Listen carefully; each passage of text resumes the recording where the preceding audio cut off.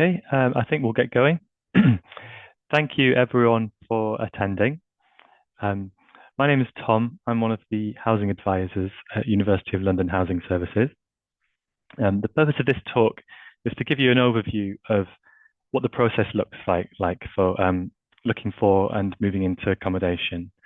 So we'll cover the stages of the process and your rights along the way and how to avoid problems and scams.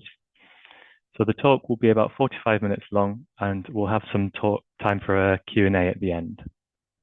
So just as a brief disclaimer, the talk won't be comprehensive, so I'll also be recommending some helpful resources to you as we go. So before we start, I'll just explain a little bit about who we are as an organization. So in short, we're a free advice service for students of our member institutions. And we provide help and support to students who are looking for or living in private rented accommodation. We can do this in several ways. So you can find accommodation through us, through our free property platform. And also we run Flatmate Finder events and a Flatmate Finder group on a Facebook group that you can find accommodation through as well. We also give advice, so we can do things like contract checks. We can look through a contract before you sign it, and basically just make sure that there aren't any unfair or any unfair terms, and just make sure that you fully understand everything before you proceed. We can also give other kinds of housing advice. So we write publications. We've got a really good private housing guide, which I'll mention frequently throughout this presentation, which I'd strongly recommend you to make use of. But we can also do advice by appointment. So if, for instance, you were in a tenancy and you encountered an issue with disrepair, or if you were being charged an illegal fee, or you had a deposit dispute, or were scammed, or something like that, we can give you advice on a one-to-one basis with that kind of issue. So we also run events. This is just a kind of an overview of the kind of thing that we run. So we do an annual housing fair.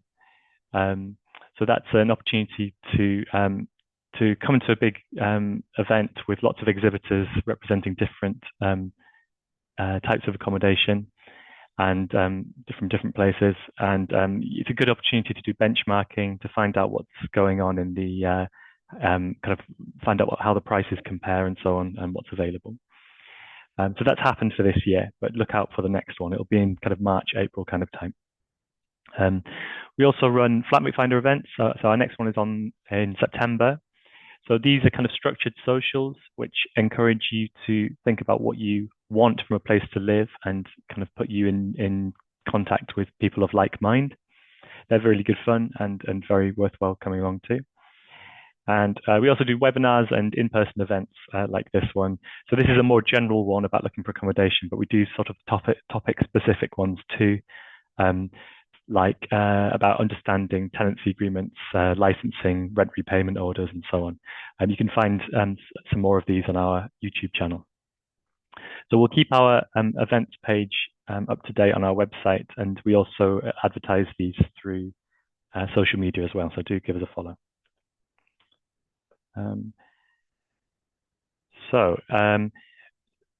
If we turn our attention then to looking for accommodation, let's just think about the options that are available. So this talk is specifically about renting private accommodation, so not halls that are run by universities.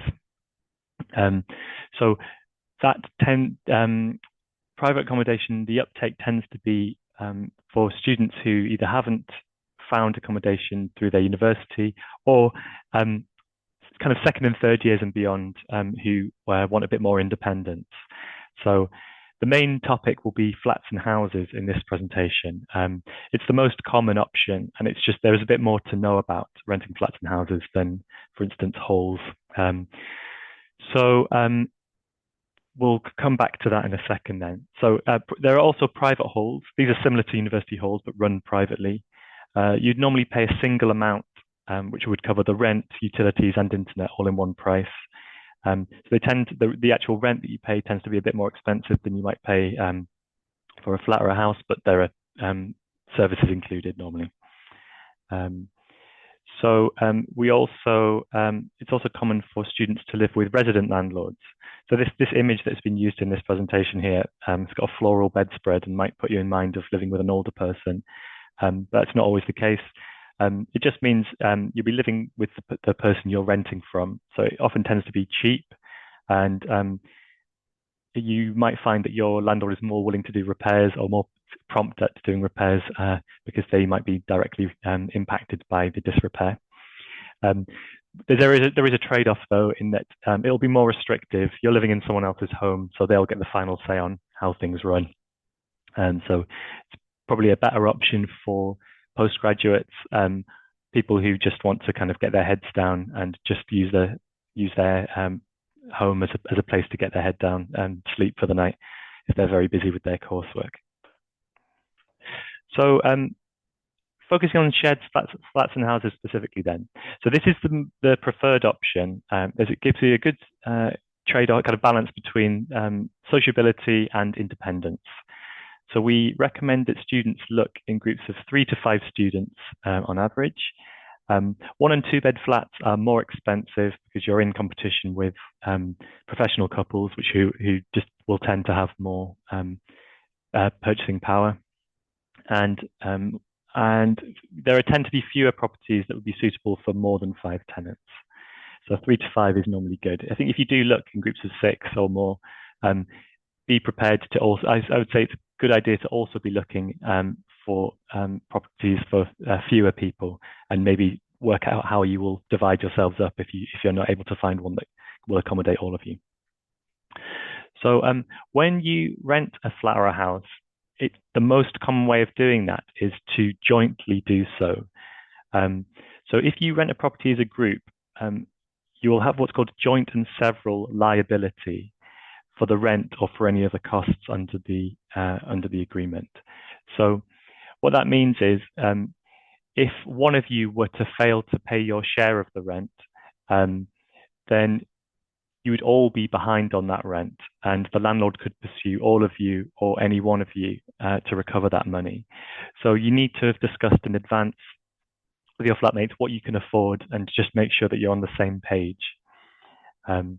We'll maybe talk a bit more about budgeting in a moment. So when you're thinking about flatmates, though, I would say start from the position of thinking about what you want and need from a home. So living in London, if you haven't lived here before, it can be quite a busy place, quite frenetic, lots of activity. It may well be that you want to just come back to somewhere that's quiet and reserved, which is completely fine. It's good to know that about yourself. But equally, you might want a bit of hustle and bustle even at home, and for there to be lots of activity going on.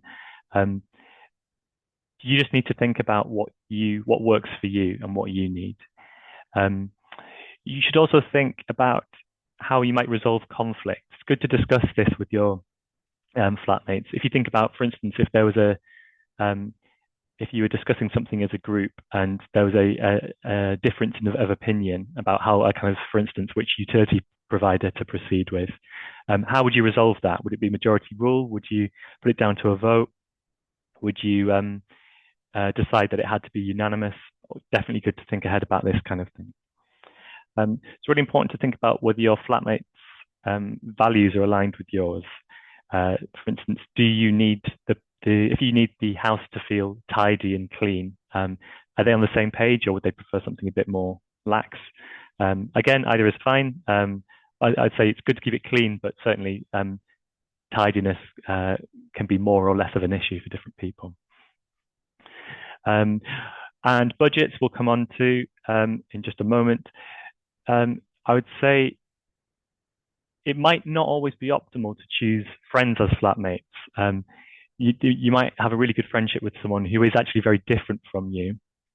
And also, it can be sometimes you might feel more uneasy about raising points of difference and having healthy conflict with a friend who you might want to kind of keep on board and maintain a good relationship with. So don't feel like you have to live with friends, and certainly don't get caught up if your friendship group is talking in terms of living together and you're not sure that you want that. Do feel free, feel confident to be able to say that that's not what you want. So when thinking about what you can afford, you really do need to think about costs beyond rent. A good starting point would be to look at our private housing guide, which is helpful for a number of reasons. It gives an indication as to what you might pay in terms of bills. Although it's a good idea, so we update this every year, but it's a good idea to think about how they might fluctuate. They do tend to go up in winter, and certainly energy bills can go up according to what might be going on more globally. When you're thinking about places to rent and affordable places to rent, the private housing guide is also very good because it has this heat map divided by postcode, as you can see on the screen here, which kind of color codes the areas according to average rent amounts. So that's often a good way of just as a starting point to gauge how much you might expect to pay for bills and rent. You also need to think about other things though, like transport. If you're going to commute into campus, it tends to cost a lot more to get the train or the tube than it would a bus or to walk or cycle. So you do need to factor that in too, and do allow budget for other expenses, your food and leisure. You want to be able to have a good time. You don't want to have to be a hermit all year because you've maxed out your budget on rent. Most housing contracts offer 12 months as well, so you do need to be able to afford it for the whole duration, not just for the academic year. If that's going to be an issue, you might look into some private accommodation options, like private halls options, because some of those do have shorter terms. And again, just to underscore that if you're joint tenants, if you're all collectively renting a property together, it can come back on you if a flatmate can't pay. So do have the difficult conversations early on.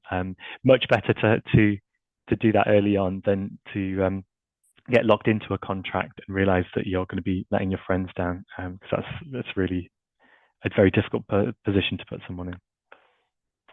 So here's an approach to narrowing your search if you are just starting out. I would say to use the average rent heat map in our private housing guide to identify areas that might be affordable for you. I would then use sites like TfL, Transport for London, and Google Maps to get a general idea of what your commute times to campus might be like. Note also in the process the transport costs, including at peak times, so you could get an idea of what might be affordable for you. Then you can, hopefully that'll give you a short list of areas that look promising, and then you can use that to kind of focus your search in those areas on property websites to see what availability of property you can find.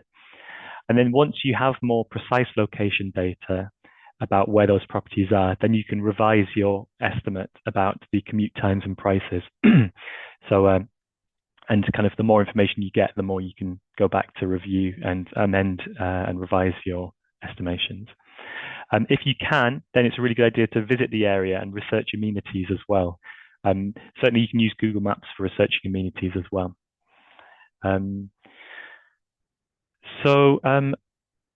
When you're thinking about where to look then, what are the options?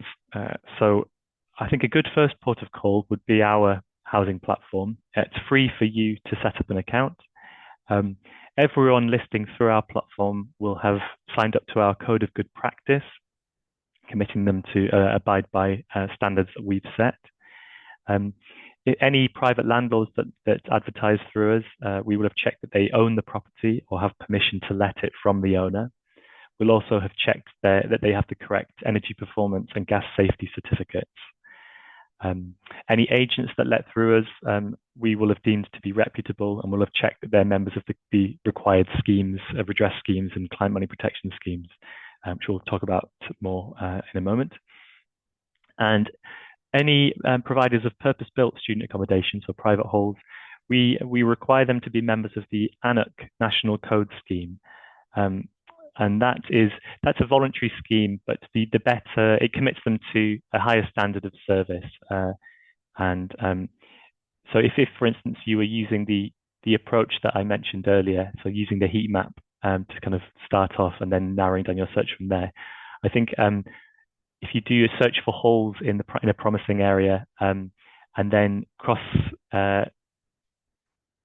check with the list of ANUC National Code Scheme members, and then maybe try those ones first, because they're more likely to be good.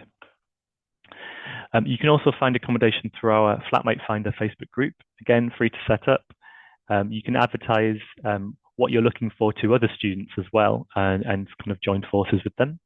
And also, say if you were a group of 3 people, but you found a promising 4-bed property, you can advertise that you're looking for another person. It's a very good resource. We direct all students that make inquiries with us to use that group. So it's normally quite a lot of activity on there. So where else can you look? So on the open market, there are lots of good websites. So Spare Room is a very popular one.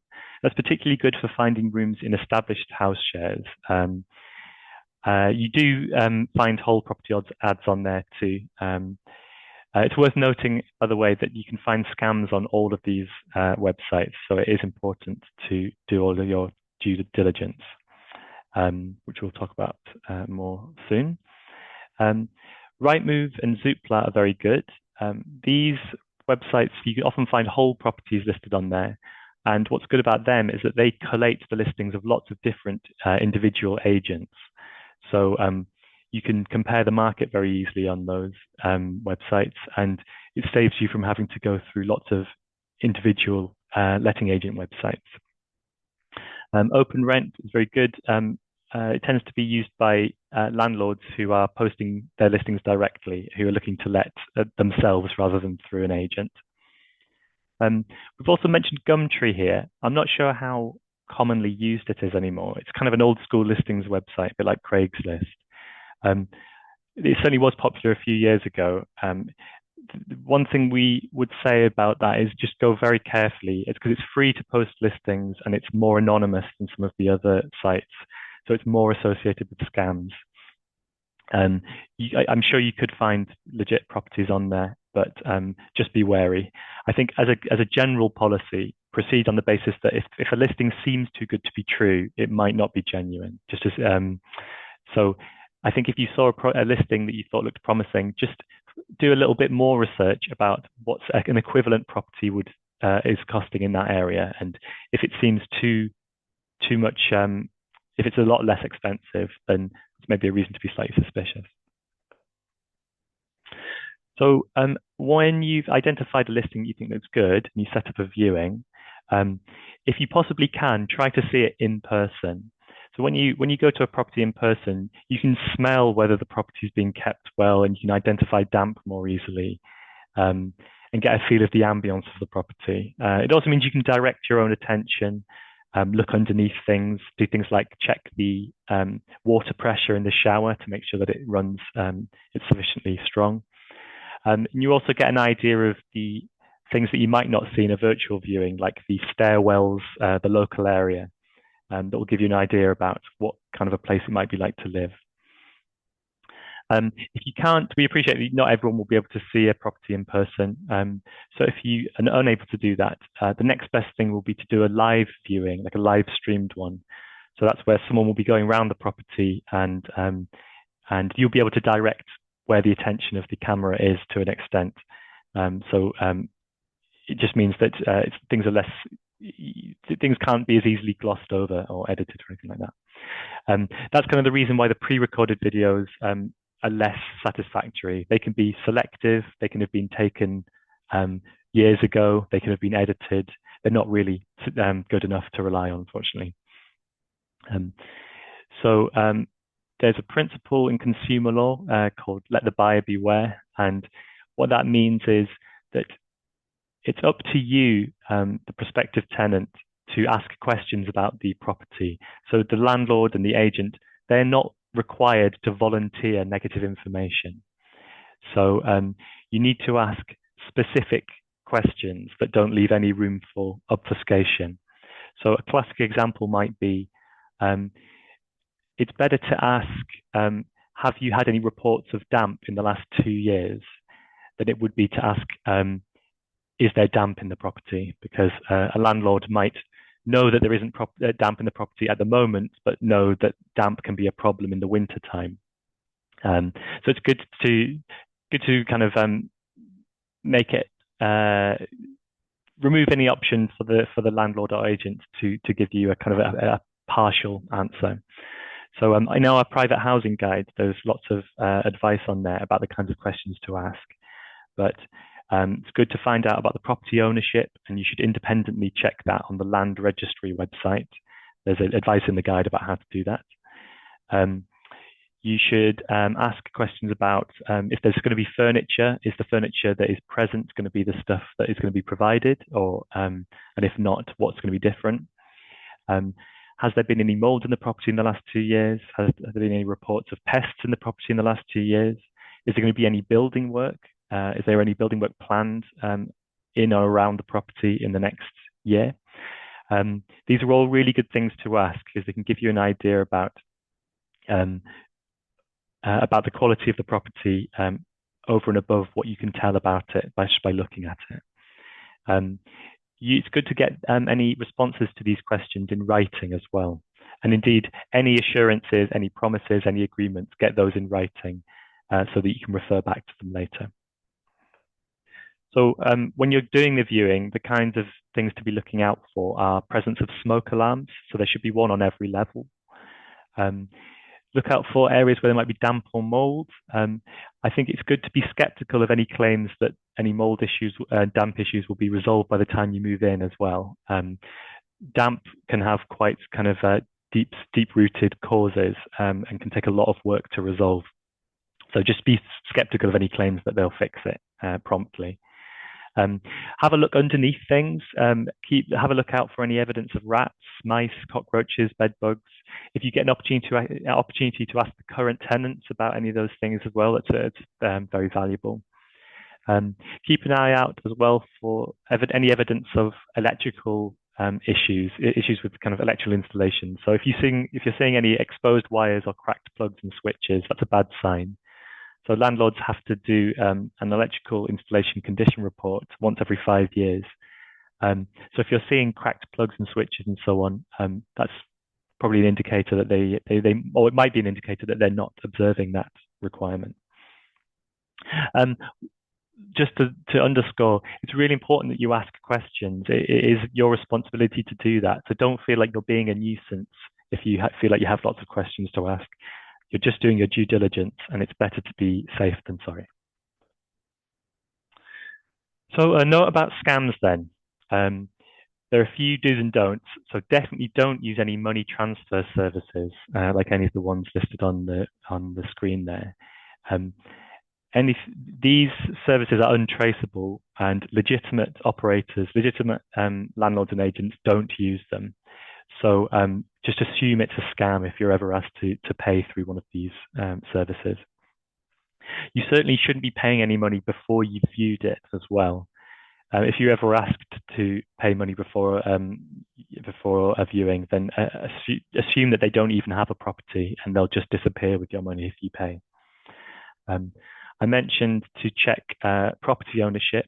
That's a very straightforward. The cost of the check on the land registry costs £7, but it is very worth doing. And if you ever have to make any payment, it should be to the person that you're expecting to pay. So that the bank account should be in the name of the person you're expecting to pay. It shouldn't be in the name of any third party. And if you do note a discrepancy between the name of the payment recipient and the person you thought you were paying, do challenge that. Do call us if you're unsure as well. We obviously encounter lots of listings, and we deal with students who have been scammed and so on. So we kind of might be able to give some insight as to whether something looks legitimate or not. Another thing to note is that agents must be a member of one of these two redress schemes. I'll talk a little bit more about that in a moment.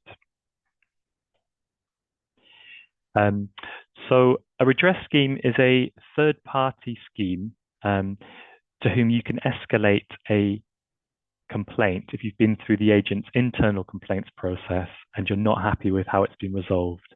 So they're independent, they're recognized by the government, and they give you a free route of redress if you've had a net issue with an agent, and they do have powers to make them change their policies and to pay you compensation if they've breached their obligations. So they shouldn't be charging you any fees, agency fees or anything like that. Um, um, yeah, it's good. One thing to note is that they are working for the landlord, and their objective is to get you to sign a contract because they will get a commission for finding tenants. So they shouldn't put you under undue pressure, but you do encounter high pressure sales tactics and stuff. So just hold your ground and don't sign anything that you're not sure about. Some of the better agents as well, I don't think it's enough to note that if they're a member of a redress scheme, I don't think that's enough to demonstrate that they're doing all the right things. Some of the better agents are often members of an additional voluntary scheme, like the ALA Property Mark scheme or Safe Agent or RICS, which is the Royal Institute of Chartered Surveyors. Do have a look for these on their website and check their accreditation on there. I'm just going to check the chat quickly. Okay, I might address these issues, do those questions when we get to the Q&A, if that's okay. There's a piece of legislation called the Tenant Fees Act 2019, which restricts and caps fees that can be charged with respect to tenant fees. And actually, these apply whether you're a tenant or a licensee or a lodger. So if you live with a landlord, you're likely to be, you will be a lodger. And it applies to student accommodation as well. So back in the day, before this legislation, there were lots of things like contract fees, admin fees, reference fees, and so on. These are all banned now.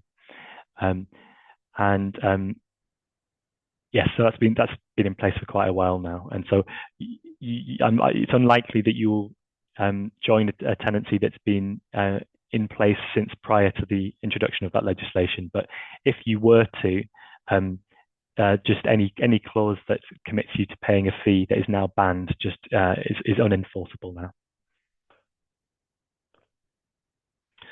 So obviously you can still be charged certain fees. So you can be charged a holding deposit, which is it can't be more than a week's rent, but it will be that's to reserve your interest in the property while the landlord undertakes certain checks like referencing and credit checks and so on. You can be charged for the cost of, and you can obviously be charged a security deposit or a tenancy deposit, it's sometimes called. That's for security for the landlord against any damage or losses you were to cause them to incur if you were to breach your agreement in some way. You can also be charged rent, of course, and you can be charged for things like if you were to lose your keys, charged for the cost of cutting a new one, or sometimes with a lock replacement. If there's a variation to the tenancy, you can be charged £50 or reasonable costs if they can demonstrate that greater costs have been incurred. And if you were to end early, then basically the landlord has no obligation. If you sign up for, say, a 12-month contract, the landlord has no obligation to permit you to leave sooner than that, and no real motivation to either, because in signing the 12-month contract, you've agreed to pay rent for the whole 12 months, so they don't want to give up that promised rent.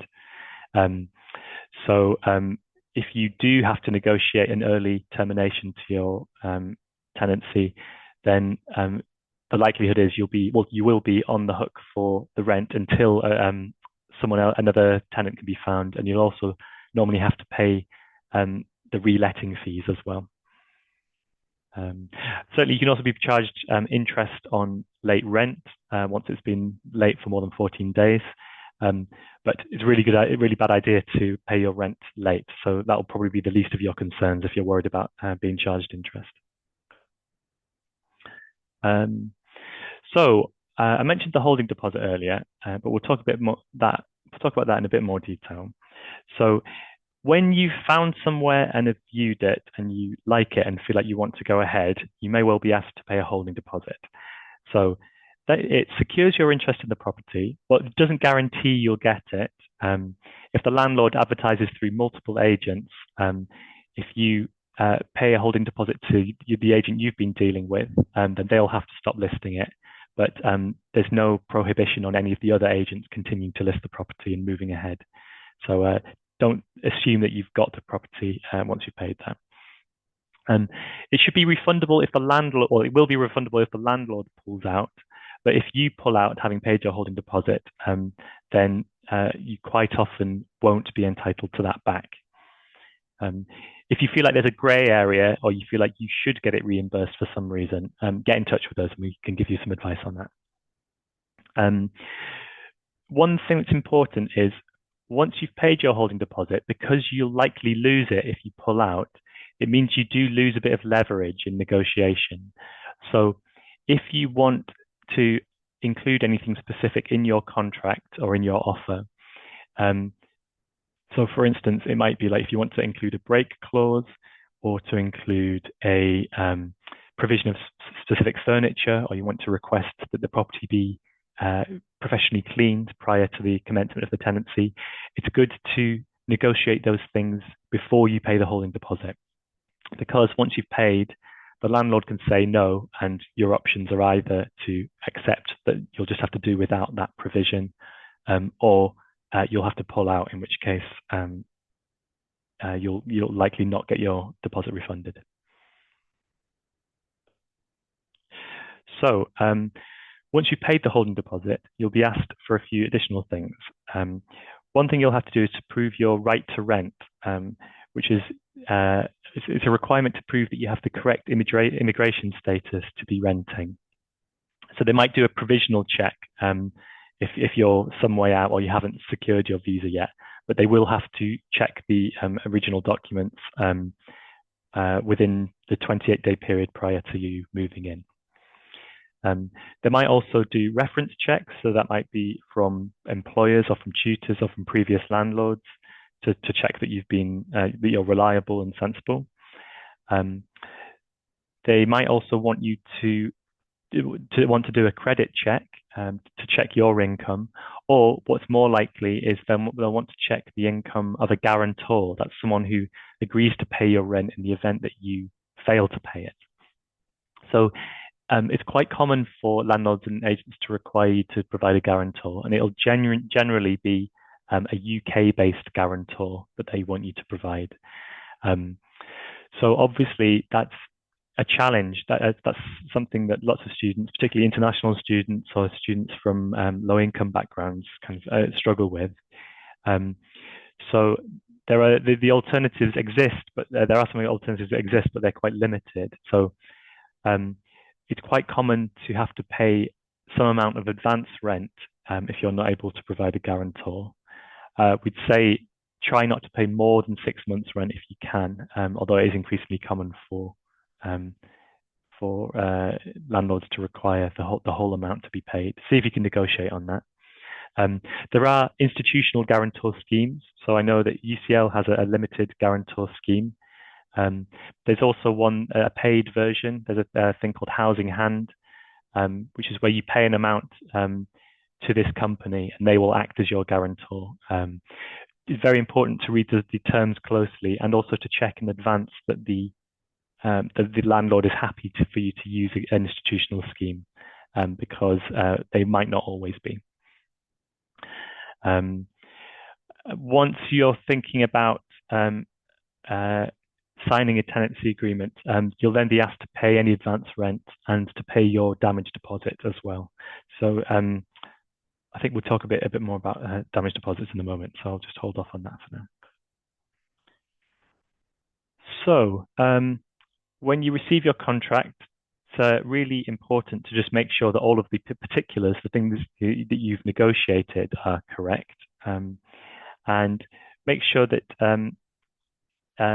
it's not that you understand it as far as possible. If there's anything you're not sure about, seek advice on it. As I mentioned at the start, we offer contract checking appointments, and what happens in one of those is you can spend up to an hour with one of our advisors and discuss anything that you're unsure about. We can help you with requesting changes, and we can draft alternative clauses and so on.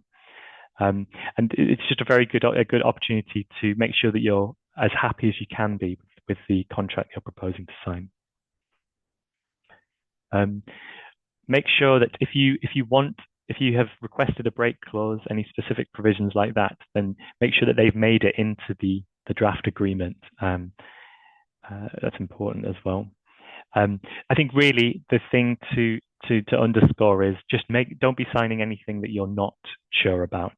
We've got some resources on our website about contract checking, but do make use of the contract checking appointments if you can as well. So I mentioned damage deposits before. So when you pay this, it shouldn't be more than 5 weeks rent. And it can be 6 weeks if the annual rent is greater than £50,000, which would be very few properties on the market. So you pay this around the time that you sign the contract. If your contract is a tenancy agreement, then the landlord is required to register the deposit with a government-recognised deposit scheme. So if there were to be any dispute over a proposed deduction to your deposit at the end of the tenancy, having the deposit registered with the scheme would mean that you'd have a free route of arbitration, and an independent adjudicator would make the final decision based on your evidence and the landlord's evidence as to whether any money could be deducted, and if so, how much.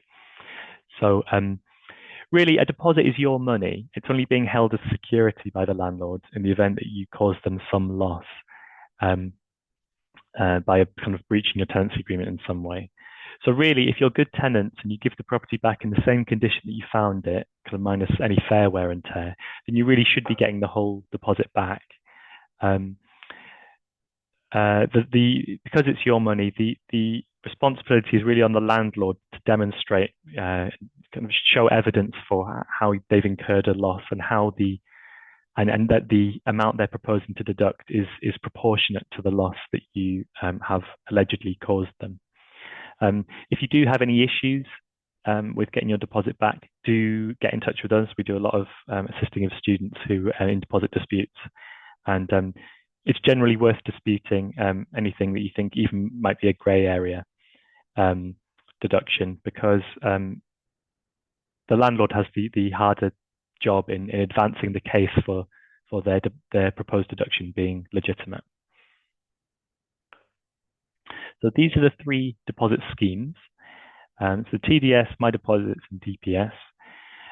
The obligation to protect your deposit is in 2 parts.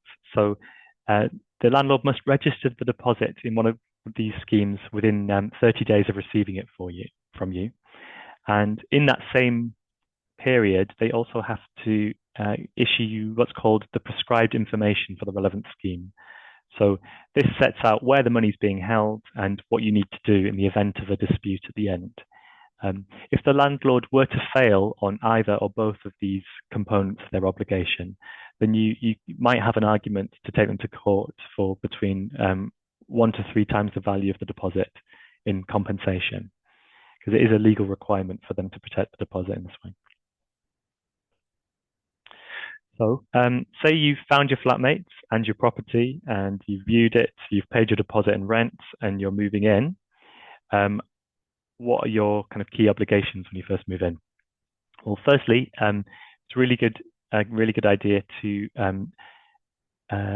check the meters. There'll be utilities meters on the wall somewhere counting up the usage of electricity or gas or both in the property. So it's good to check the meters and to get in touch with the utility providers, who you can find out who they are through the Ofgem website, and set up new accounts with them. So that's a simple case of getting in touch and saying, hello, we're the new tenants. This is when we moved in. Here's the most recent meter reading, and we'd like to set up new accounts. And then they'll start billing you for the duration of your tenancy.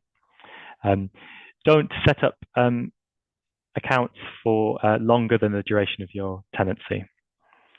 So just one thing to mind out for. If you're all going to be full-time students for the whole duration of the tenancy, then you'll qualify for a council tax exemption. So that's not applied automatically. It's something you have to apply for yourselves, but it's very straightforward. Your student services team at your university will be able to provide you with any evidence that you need to demonstrate your student status. And then it's just a case of giving that to the council, and they'll enact that exemption for you. Another thing to do is it's quite common for you to be provided with an inventory, a check-in report. So this will be a written report where someone will have gone around the property and made a note of the condition of the property and its contents, and also the state of cleanliness of the property. So before you unpack any of your things, it's a good idea to go around the property with this report and just make sure that it's complete and that it's accurate. And if you notice any omissions or inaccuracies, then to raise those in writing straight away with photo evidence.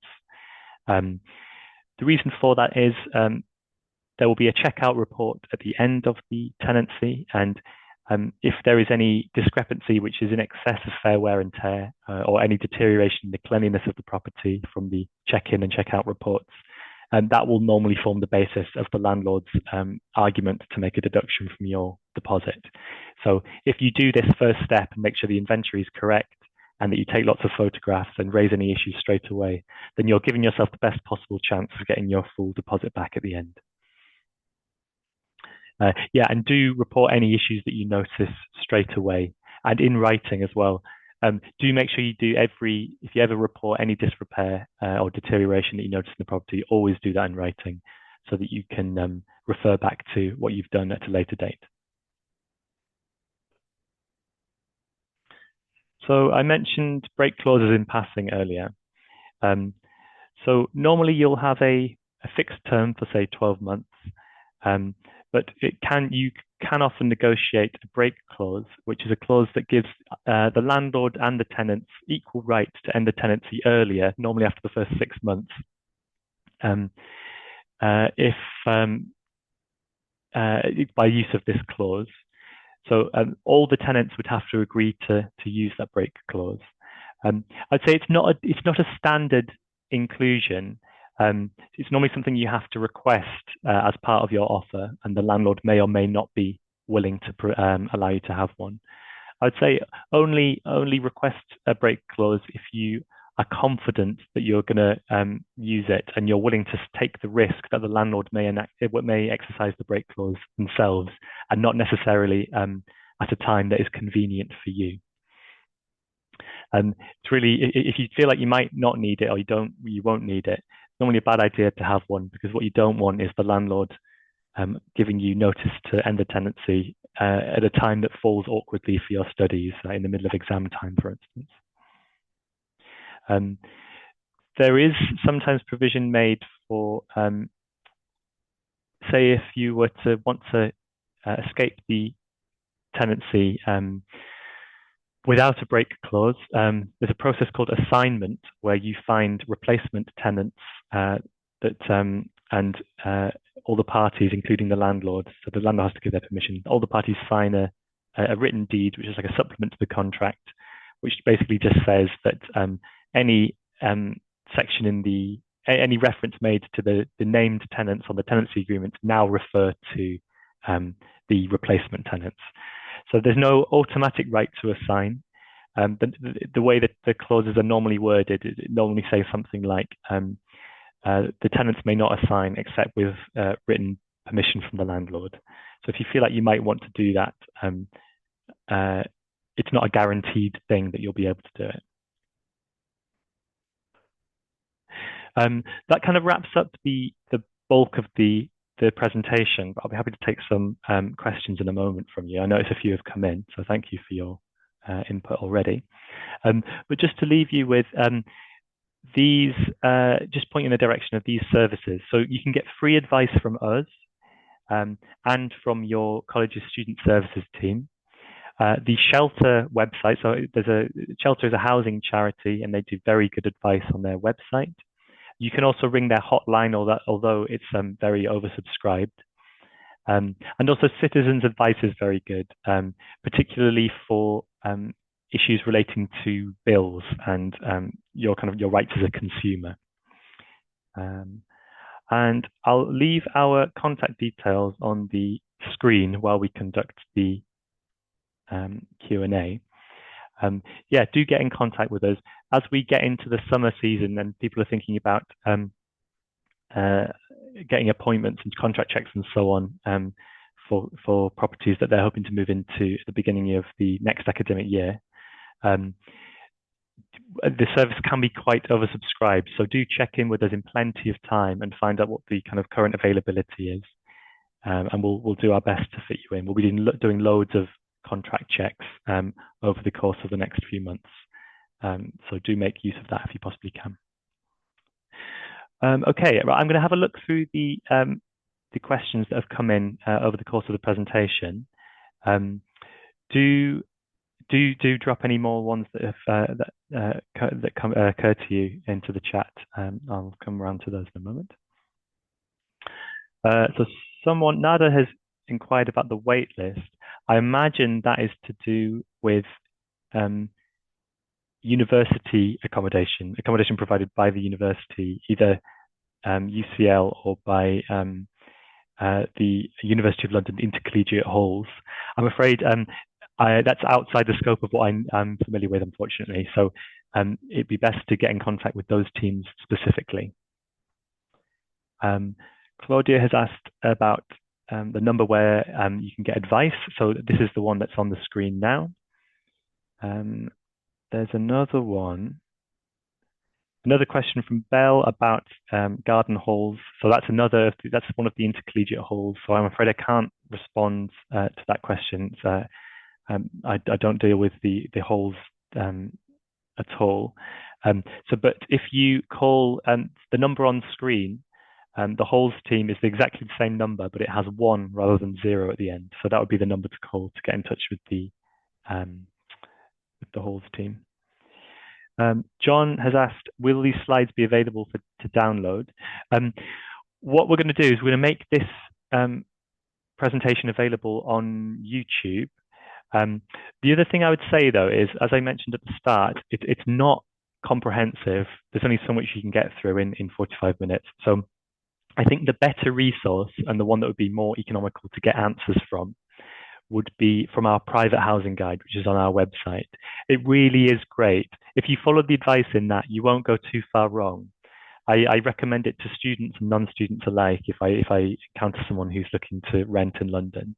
It really is. It's been honed over years and years, and everything's very well explained. And it's just a bit of a Bible for every general question that you might have about the process of looking for and living in private accommodation.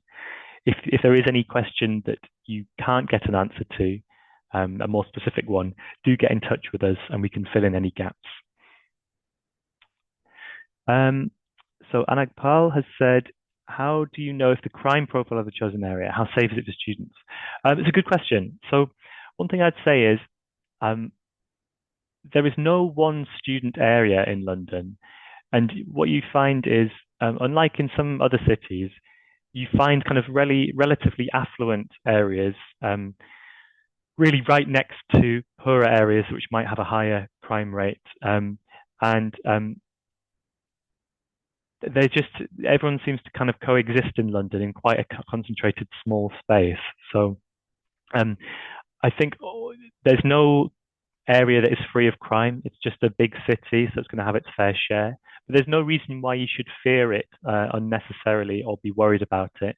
As long as you look after your belongings, you don't have your phone out in your hand and kind of you have your wits about you if you walk around, you should be fine. I can't really comment. There is no crime-free area. There's no area that I'm aware of that has less crime. I'm afraid it's just a reality of living in any urban area with a high concentration of people. There might be some further advice in our private housing guide about this, but and also the Metropolitan Police on their website, they might have some advice for people about crime and how to stay safe from crime. One thing you might do is it might be a good idea to get contents insurance. So often, if you live in a private flat or house, the landlord will have insurance to cover any damage to the property itself or its contents, but that won't extend to cover your own belongings. So you can normally get contents insurance. It's normally a few tens of pounds for the year, and that will insure you against any damage to your belongings, or depending on the policy, to any if you were to have a break-in, someone burgled the property and you lost something, it might provide a way for you to recover the loss. Okay. Emma is asking, the website is asking for a school email, but I haven't gotten that yet. So I think you might be talking about our private property platform. I think if you don't have an email address from your university yet, you should at least have a place at your university, and should be able to demonstrate that either with like an offer letter or something like that. Daniel's kindly responded there. You should be able to just provide proof of your acceptance, and then that should do the job. If you do encounter any issues, just send us an email at the housing@london email address there, and we'll come back to you. Again, we've got another one about an offer in Eleanor as a whole. It's another whole thing. I'm afraid I can't answer that. But if you get in touch with the Halls team, they might be able to advise you. Turan is saying, how can a student end the contract if things aren't going well? Yeah, because you don't get an opportunity to test the apartment, see if you like it, and so on. Well, really, that is a risk you take. So when you sign an agreement for, say, 12 months, you are locked in for that whole period, unless you've included a break clause. And as I said, that can work against you as well. So yeah, you do take a risk. So that's why one of the reasons it's so important to do as much due diligence as you can ahead of time. Get lots of specific answers in writing to your specific questions about the condition of the property, the local area. You can ask questions like, have you had any reports of nuisance neighbours in the last 2 years? Any issues with pests in the last 2 years? Just do everything you can to give yourself as much data that you can rely on as possible. It may well be that you do all that and you are just unfortunate and have a bad time, in which case get in touch with us. We'll review your contract, we'll see what your options are, and we'll advise. I would say though, really, once you are in a contract, the only real way to escape your liability under the contract without any significant penalty would be to assign. So that would mean that you'd have to find someone else to replace you, which can be more or less difficult depending on what time of year you're looking, and also depending on the condition of the property. If it's really, I think if you're very unhappy with the property, it's normally, or when students are unhappy with properties, it's normally because there's something wrong with the management of it. In which case, if a landlord, for instance, is not doing repairs that they ought to be, we can give you advice on how you can, what steps can be taken to get them to do those repairs. Katrine is saying, we've seen PBSAs, so that's for anyone unfamiliar, that's purpose-built student accommodation, so private halls, asking for the whole year's rent in advance with only a 1 or 7 day cooling off period. Is this normal? Yeah, I would say it is less. I think I have encountered that before, but it's normally private halls tend to want payment in line, kind of either quarterly or with 3 installments, or sometimes in kind of smaller, in relation to smaller, shorter periods. I think, yeah, I think there tend to be quite a few PBSA options. So do a bit of shopping around and see if you can find an alternative provider that isn't requiring the whole amount in advance. And if you're not sure about the legitimacy of the of the accommodation provider, get in touch with us, and we'll advise to our best ability. Dave is saying that he's considering to rent some place in and around central London with other students. So you proposed to drop in on LinkedIn. I'd recommend using the flatmate finder group, Dave. The reason for that is we'll have directed attendees to other webinars we've done, and that might be the best place to find them, not just limited to people who have attended this presentation.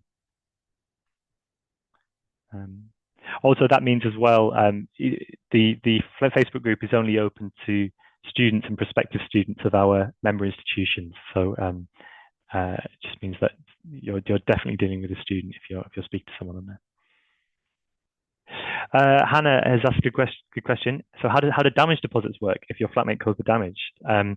Yes, so I mentioned joint and several liability. Yeah, so you are jointly responsible for any damages that is caused. So if one of your housemates has done the damage and you feel like it ought to be them that covers the cost, then you can certainly propose that to them and negotiate for them to cover sort of a heightened share of any deduction.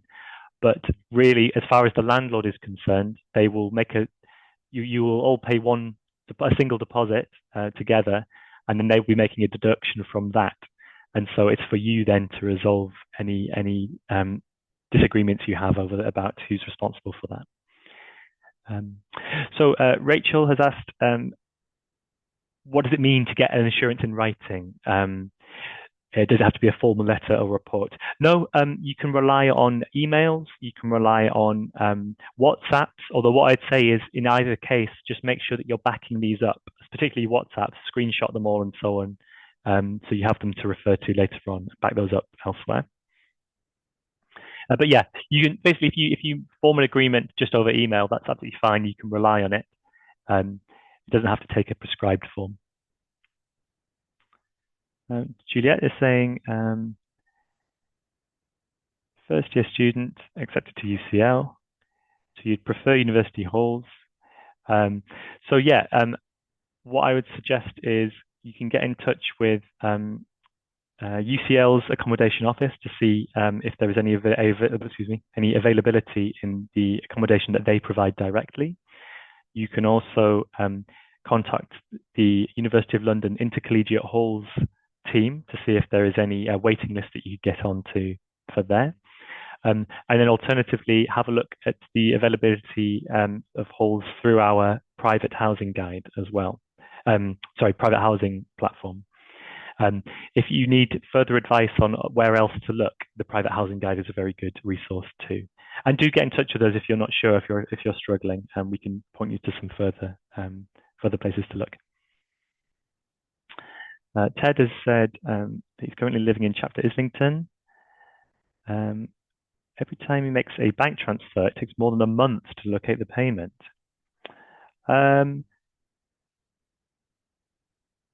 I haven't encountered that before. I think if you can demonstrate that the payment has left your account and that it's gone to the right account, they should be able to put a hold on any automatic letters you'd receive to encourage you to pay. So I think that's something to take up with them. And maybe if you frame it as a complaint, they might it might be escalated to someone who's more senior, who'll give you a formal response. And if there's something they can do at their end to make that process more streamlined, then they'll be able to advise on what changes they'll make. If that issue carries on, Ted, do make an appointment with us, and we can help you with trying to get that resolved. Hannah has asked, any information or experience with uhomes.com? No, I'm afraid I don't know. I'm not familiar with that at all. Can't give any advice there. Nikolai has also said, thoughts on Stapleton Hall? I'm afraid, no, I don't have any familiarity with it. One thing you might do if you want to send a message to our housing team at Housing at London there, it's possible that one of our reception staff has encountered them but I haven't encountered either provider. Okay, I've spoken about that this will be available on our YouTube channel, so come back to that.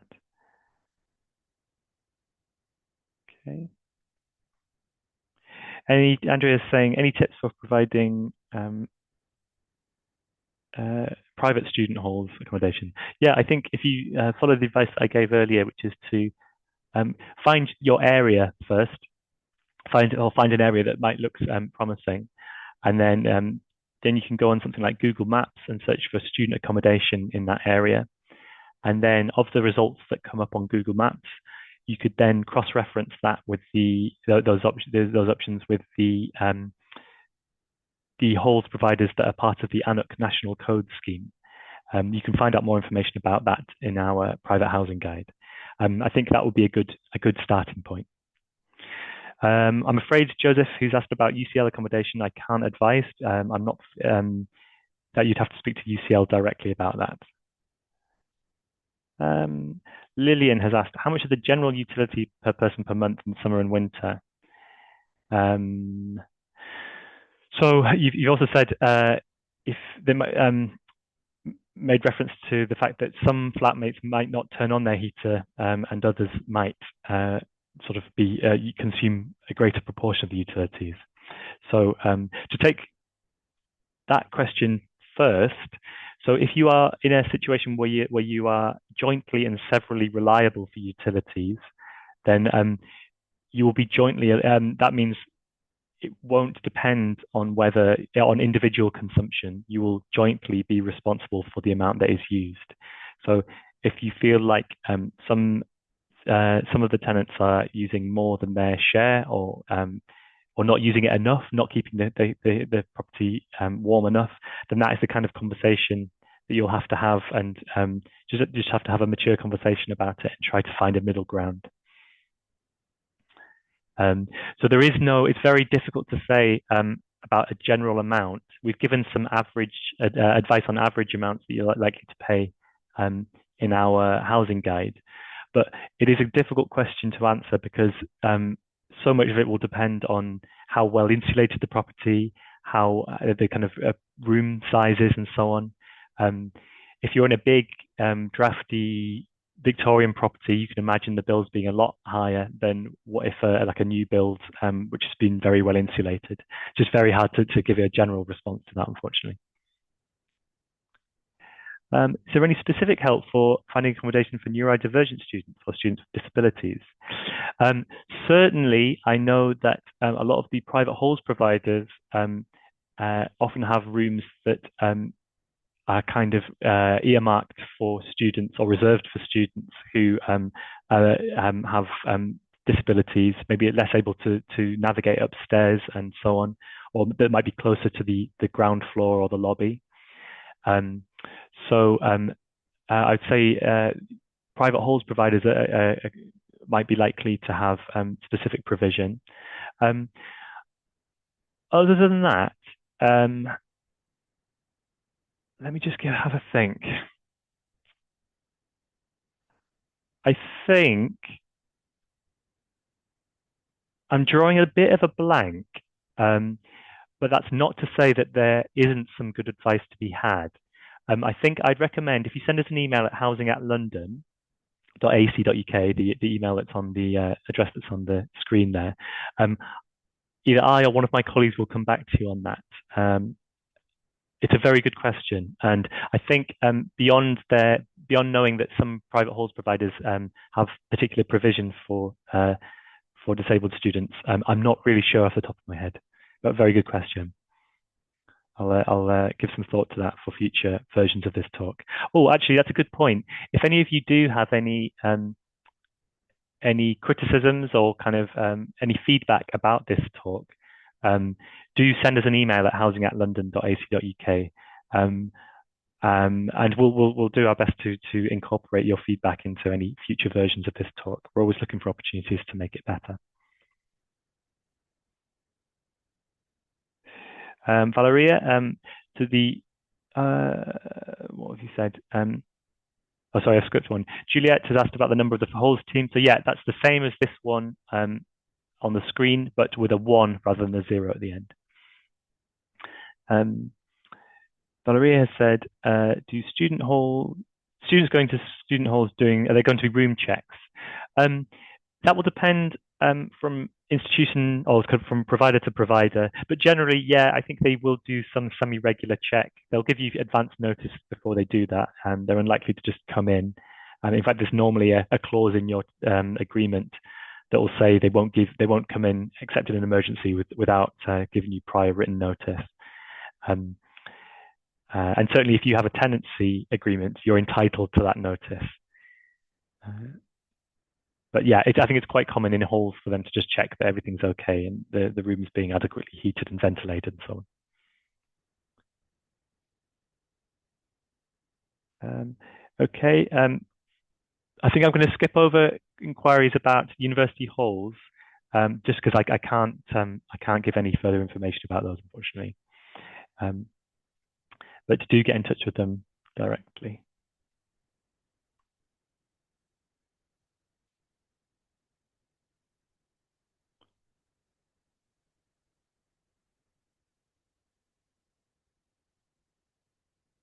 Oh, so Rachel's asked about the guarantee scheme. So if you're referring to the UCL guarantee scheme, you need to check with them directly about what they advise if you haven't had confirmation that they've agreed to guarantee your rent yet.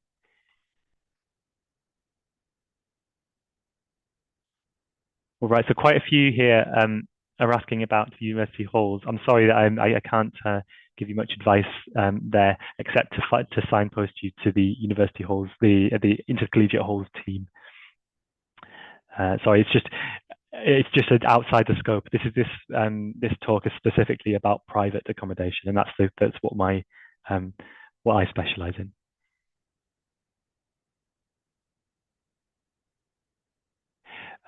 Elena has asked, when moving into an already established house or flat, say something from spare room, are you privy to the same sort of move-in procedures? That's a really good question. So it's unlikely that the landlord will undertake a brand new inventory check-in report when you move into a property that is where you're moving into a spare room of a house share that's already in progress.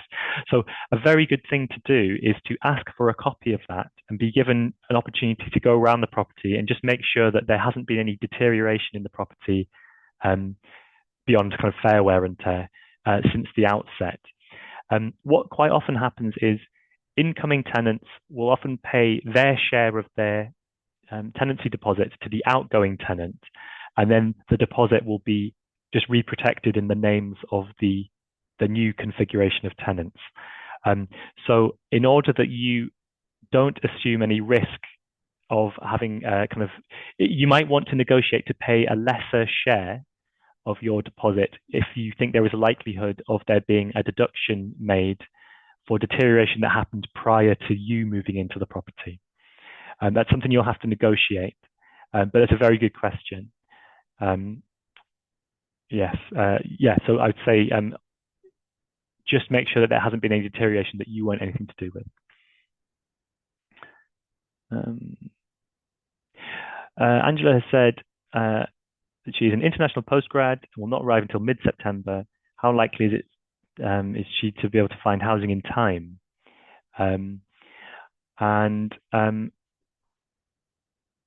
So I assume that's for, say, an October start. Yeah, people do find accommodation right up to the very beginning of term, and sometimes into the beginning of term if they struggled. I would say do some searching in advance. If you can do anything like have a friend who you know to be in London, go and view the property for you on your behalf. That would be very worthwhile doing. Yeah, you'll have fewer choices if you leave it right to the last minute, but you generally will be able to find somewhere. There isn't a dedicated telephone number for international students, but if you do call us on this number here on the screen, we obviously do deal with a huge number of international students every year, so we'll be able to give you up-to-date advice on best practice. Is it legally required for interest to be paid on deposits? No, it's quite, when you pay a deposit, you're generally only entitled to the deposit back, not any interest that has accrued on it, unless there is provision in the tenancy agreement that specifies that you will be. I think it's quite common for there to be a clause in the agreement to say that you will not be entitled to any interest on the deposit. So, is the Flatmix Fair good? Yeah, it's a really good thing to attend. So that has happened for this year, but the next one will be in March, April next year, and it's just you can sign up to we've got a mailing list on our website, and if you follow us on social media, we'll identify we'll sort of let you know in plenty of time when we've got the next one is coming up. Okay.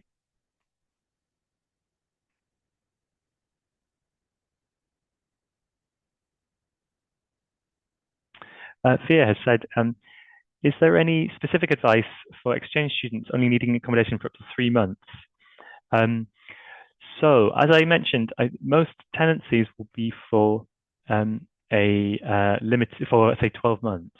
If you only need accommodation for a shorter period, then I would say you might have to find a sublet online. That might be where you might find an existing house share, for instance, where one of the current tenants is doing their own semester abroad or something, and you might be able to sublet in their place. One thing I'd say though is it's important to establish that the tenants who are subletting have permission from their landlord to be able to do that. It's a standard clause that the landlord, the tenants need to get permission from the landlord before they'll be permitted to sublet. If not, I know some students have done things like live with, there are home share schemes where you live with a host family, so who has agreed to take in exchange students and so on. I know the British Council has a list of approved homestay providers, so that might be worth having a look at. If you have a look in our private housing guide and also elsewhere on our website, there might be some information about short stays. Virginia is asking, what's the maximum amount that a private landlord can ask in advance in terms of rent? Can they ask for over 5 months of rent in advance? They can ask for any amount of rent in advance, because kind of in the pre-contract stage, you're just negotiating. So if their starting position is they want you to pay 12 months, for instance, then it's perfectly reasonable for them to ask that. I'd say if you can negotiate down to not paying more than 6 months in advance, that would be preferable. How can one join the Facebook group? Yeah, if you just have a look on Facebook, just search for University of London Flatmate Finder, it will come straight up. If for whatever reason you don't have any, you're unable to find it, just send us an email and we'll link you to it. Elena has said, what's the general turnaround time for housing search to signing a lease? Is it unreasonable to be looking over a month out, or should you expect the process will take a while? Do listings really go really quickly? Very good question. It's very hard to give a general answer to this because things can move quickly, and but it's not true to say that they always do.